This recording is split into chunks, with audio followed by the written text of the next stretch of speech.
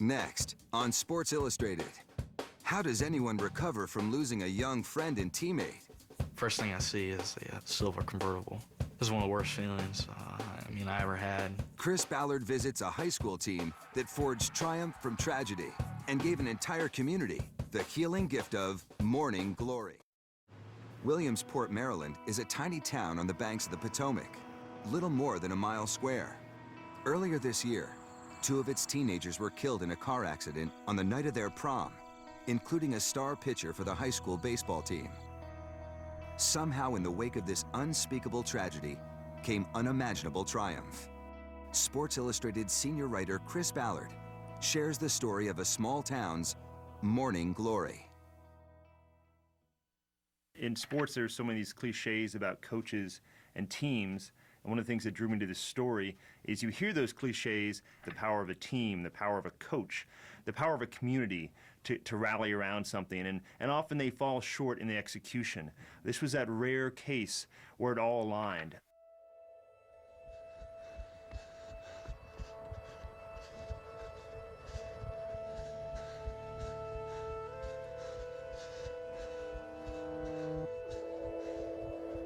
I had some things happen before in my life, but not to the extent where it's just something that doesn't seem possible.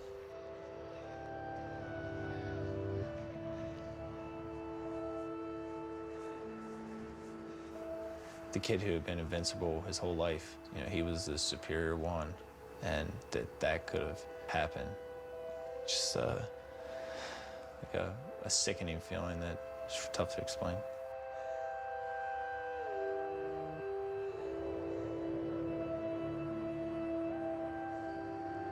A California man is facing murder charges after an accident Thursday that killed Angels rookie pitcher Nick Adenhart and 2 others.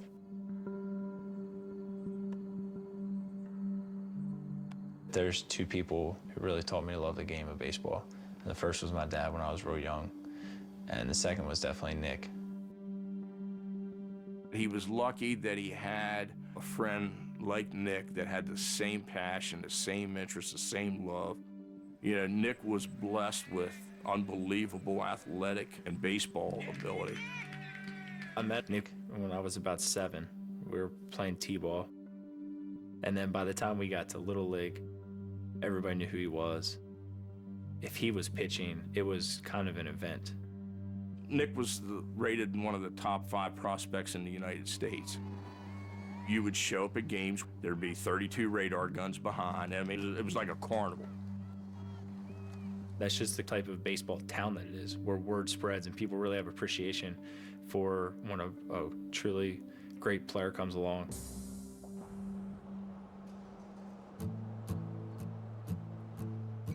Williamsport is a small blue-collar town in northwest Maryland that is on the way to everywhere but rarely a destination itself. Walt Williams has lived here for 53 years and was the president of the Little League for 13 years back when Nick and David played. There's not much more than baseball in this town. Used to be a big tannery over here. Well, they laid off hundreds of people. The coal-fired power plant was taken offline. That's hard times. In this little town, baseball means a lot. Williamsport is the kind of town where generations of families and generations of men come up through baseball. This is a town where every kid grows up dreaming of doing what Nick Adenhart did. One of the things that made Nick Adenhart such a hero in Williamsport is that he got out of there. He went on and had success at the major league level. After Nick's accident, David made an interesting decision. He decided to come back to Williamsport, the place all the other kids had always dreamed of leaving.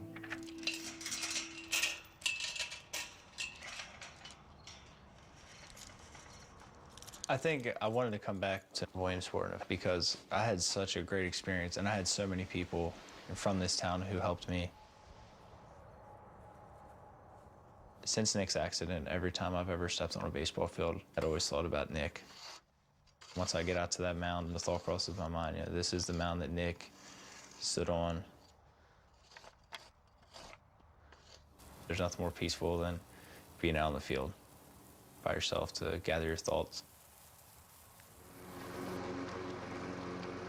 When I got the head coaching job, I was well aware that people had a right to be skeptical of a 23-year-old taking over a program. The only way we'd prove them wrong is by what we did on the field and by the way we played the game.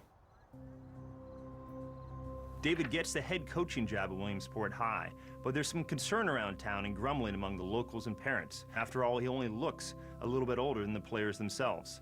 But in that first season, he has immediate success. The team goes 17-5 and makes it all the way to the state semis, largely because of their ace junior pitcher, Brendan Cauliflower.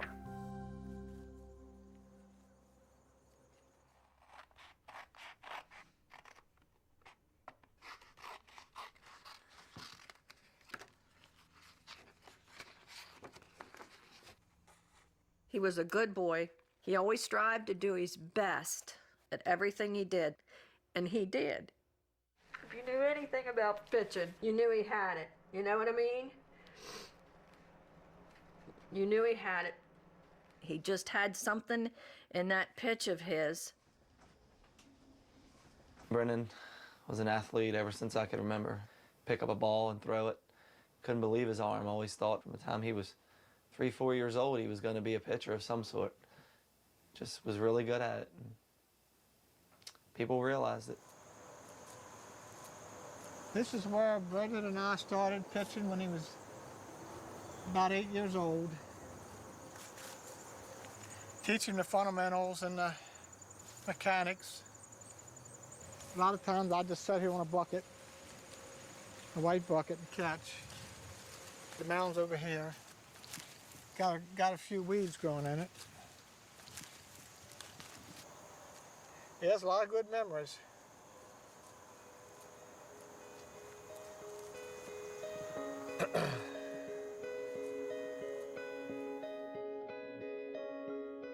Brendan was a pitcher in every sense of the term.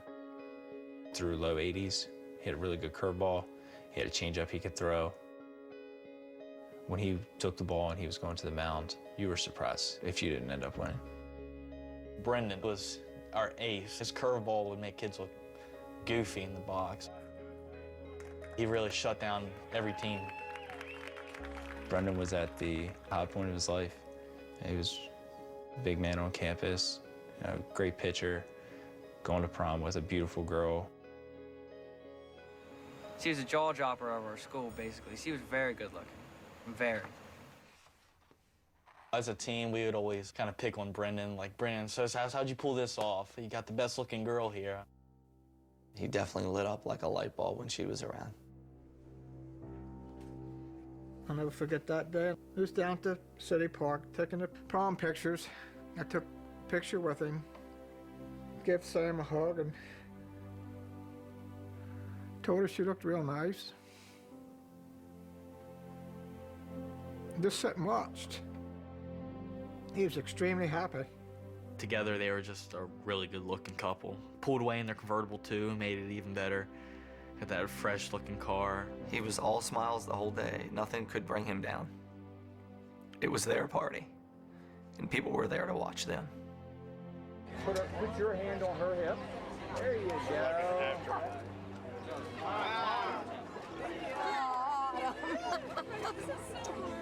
Two together like that. Brendan, you get the flexion muscles.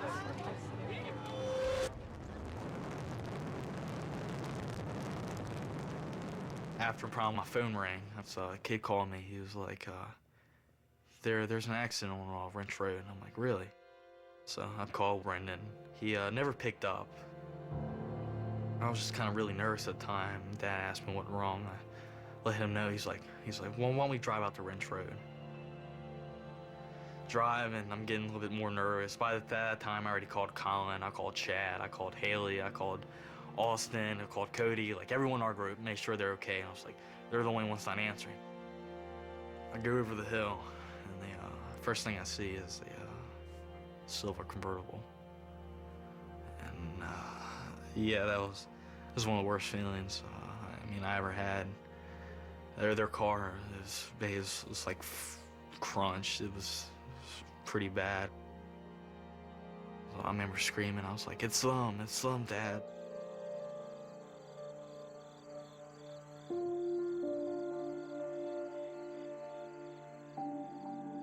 And three of the worst words that anyone could hear that night when I walked out on the porch at around 1 o'clock in the morning with a commotion. You open up the door and there stands some police officers. You look up at your son.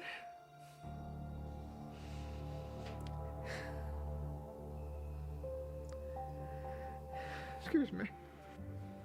He said, Dad, Brendan's dead. The bottom just falls out of your heart. He was my world. He taught me so much that I never got to tell him.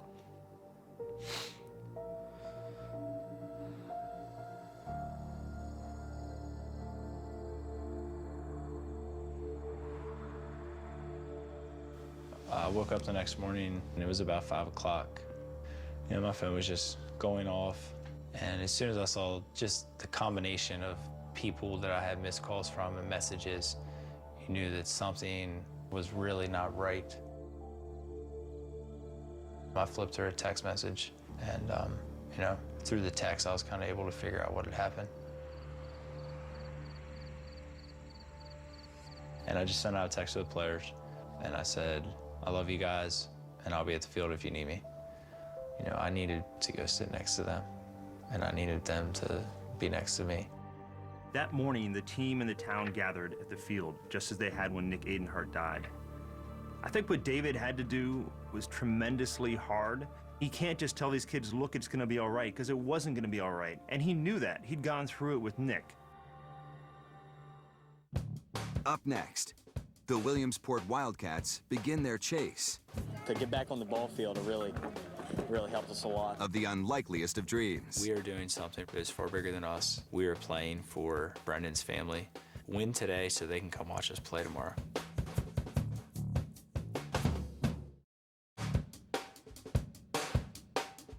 Earlier this year, Williamsport, Maryland was struck by tragedy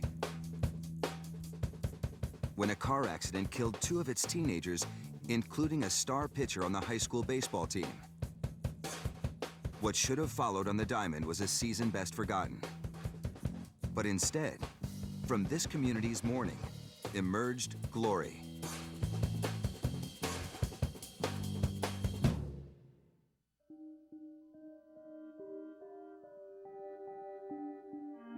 All that week, the players mourned, but the following Saturday, they had to play a state playoff game, and it fell only hours after Brendan's funeral.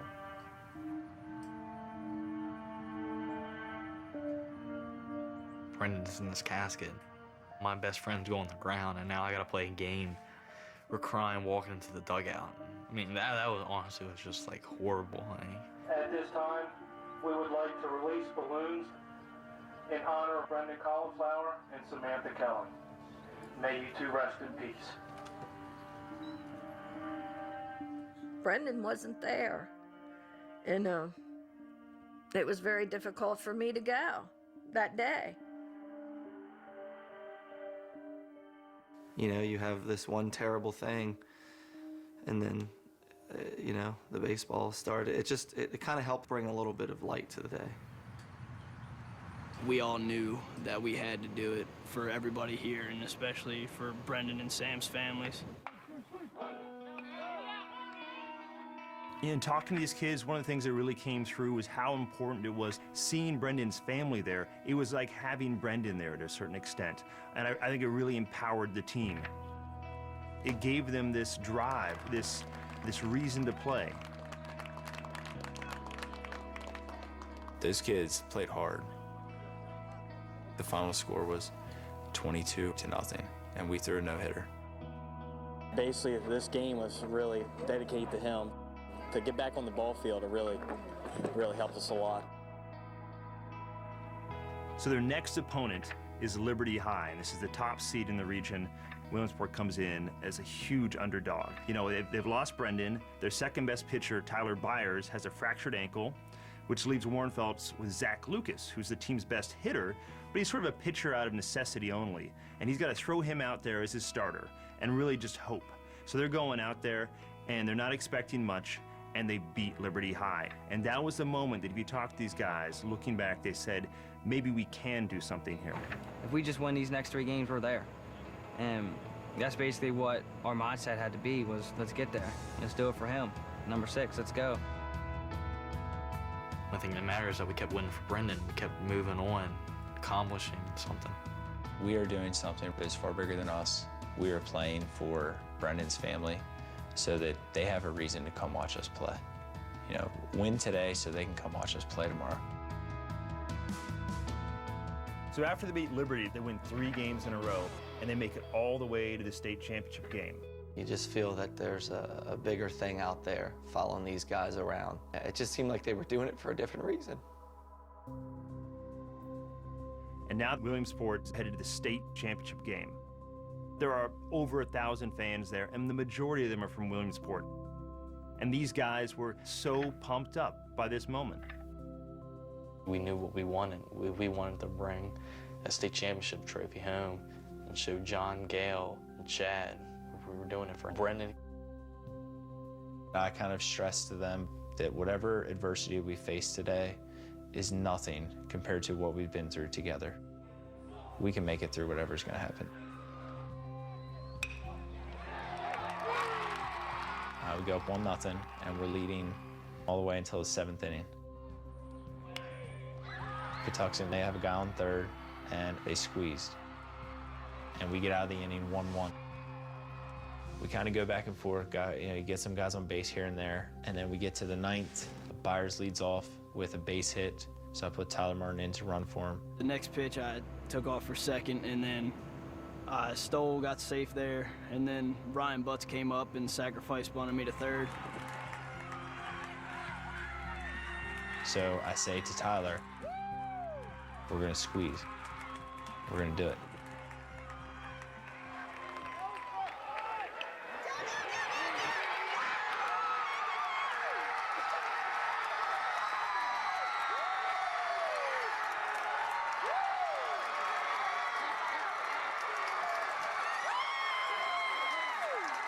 The final score, the Williamsport Wildcats, 2 runs, 6 hits, 1 error. Williamsport Wildcat State Championship ring. It's in memory of B6C, Brendan Cauliflower. Then on the other side it has Brendan in a baseball with his number 6 and a P on there for pitcher.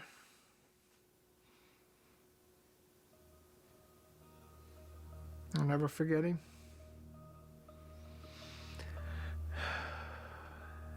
To win after something like this happened takes a lot more than just talent. You gotta have heart. You gotta have heart to do that, and our team had heart. You still have that feeling of there's still something missing from this. You know, Brendan should be here with us. I was just so happy that together we were able to put this ending on this tragic situation. Couldn't have been any more than like a scene out of a movie. It was a great ending. I think it's a story in some ways about the power of perseverance and about the power of sport and the way that it can do things it wasn't meant to do.